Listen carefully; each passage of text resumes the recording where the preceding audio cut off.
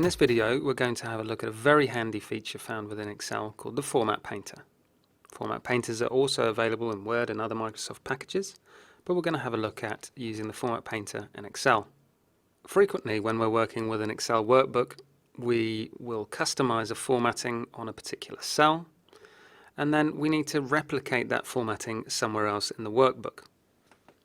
So let's say, for example, I decide I want to change the formatting of this header here, sales date.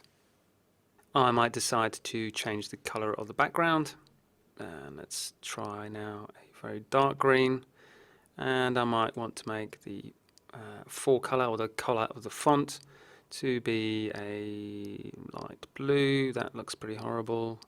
Let's try maybe a light green.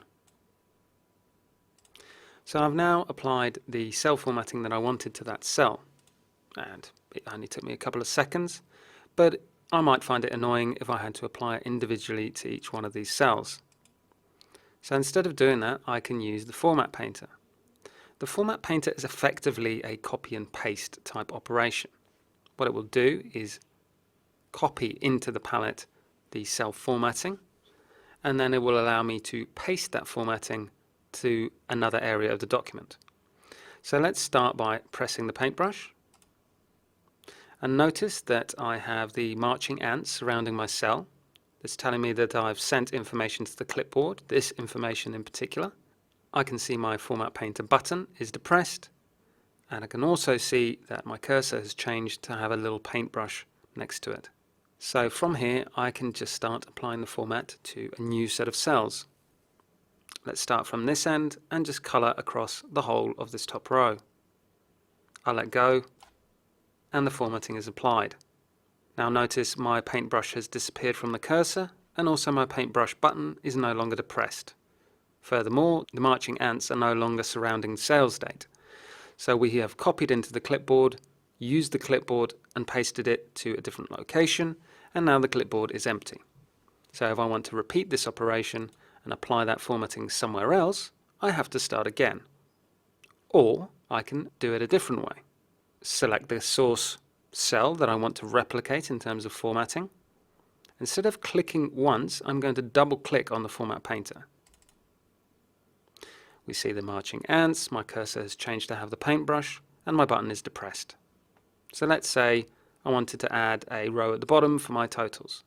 I can paint that there, and the formatting is applied. Now notice that my paintbrush button is still depressed and the cursor still has the paintbrush on it. That is because I double clicked on the Format Painter. So the Format Painter is still retaining that information, and I can still continue to apply it somewhere else. So I can make another row. I can maybe change the format at the top of the document. Maybe I want to format these two rows, and I can continue using the Format Painter. That's fantastic. At some point I'm going to stop wanting to format. For example, I may want to edit this cell. If I use it right now and try and click into the cell, I'll format it.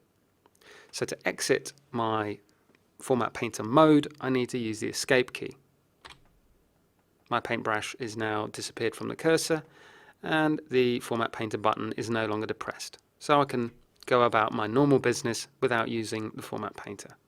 As one quick example, let's just replicate that again. To get rid of this strange green cell, I'm going to take the formatting from this cell, use my Format Painter, single click, and apply it to the cell above, thus repairing the formatting error that I made. The Format Painter is a wonderfully helpful tool, and one that you should learn to use as soon as possible. Finally, let's look at one last section within formatting. This has already been covered in a previous video, but let's have a look at it again. In that last example, I repaired the formatting to a cell, but sometimes I just want to get rid of formatting. Perhaps I've decided that I just don't want all this coloring at the top of my document, so I can use the clear function and remove formats. It is worth understanding though that when you use clear formats, it will clear all formats. If I had used it on my cell here, I would have lost the number formatting that is formatting that cell as a dollar value. So be careful with using clear formats, as it clears all formats completely. In the next section, we're going to look at putting all these techniques together to create one clean and professional looking document.